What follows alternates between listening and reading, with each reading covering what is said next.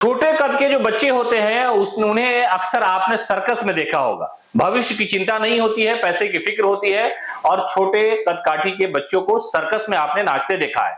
लेकिन बेहतर भविष्य के लिए कोई शिक्षक अगर किसी बच्ची को स्कूल में लाकर के उसका भविष्य संवारने का प्रयास कर रहा हो तो उसकी सराहना की जानी चाहिए। पश्चिमी चंपारण के एक स्कूल का एक ऐसा मामला है। उस बच्ची की उम्र जो है 2.25 फीट है और वो स्कूल में पढ़ रही है और पढ़ने के साथ साथ जो शिक्षक है उन्हें ये कह रहे हैं कि आदमी की उम्र हो या आदमी की हाइट हो उससे कोई फर्क नहीं पड़ता है। बेहतर भविष्य के लिए, बेहतर समाज के निर्माण के लिए पढ़ना जरूरी है। बिहार सरकार कई सारी योजनाएं चलाती है और बिहार सरकार का जो बजट है उसका सबसे ज्यादा खर्च शिक्षा विभाग पर होता है और मकसद यही है कि बच्चियों को स्कूल तक पहुंचाया जाए। मुख्यमंत्री नीतीश कुमार ने इस मामले को लेकर के कई सारी योजनाएं चलाई।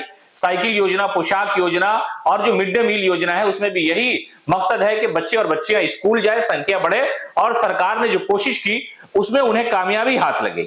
सर्कस छोड़कर शिक्षा की ओर बढ़ते कदम की सराहना जो है हर तरफ हो रही है और सबसे बड़ी बात यह है कि पश्चिमी चंपारण का एक स्कूल है जो मधुबनी प्रखंड में आता है। वहां एक बच्ची है सिंधु कुमारी और वो पढ़ रही है, 2.25 फीट इसकी हाइट है। वहां के जो शिक्षक है उजैर सालिम वो उस बच्ची का हौसला बढ़ा रहे हैं। राजकीय उत्क्रमित उच्च माध्यमिक विद्यालय बगहवा ये मधुबनी प्रखंड के अंदर आता है और उस बच्ची को पढ़ने का शौक था, उसके दिल में ललक थी कि भाई कम से कम पढ़ करके शिक्षा पा करके समाज को बेहतर बनाया जा सके, खुद का भविष्य बेहतर बनाया जा सके।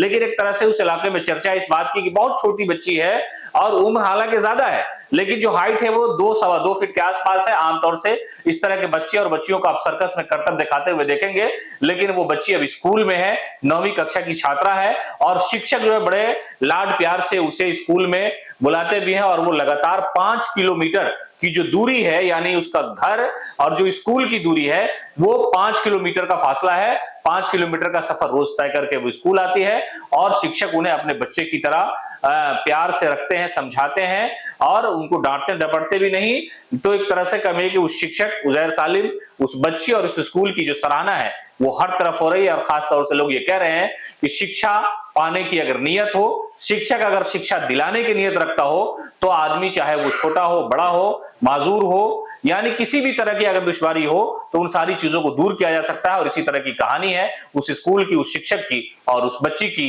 जो 2.25 फीट की है। पनोरमा ग्रुप, जो सोचता है वो करता है।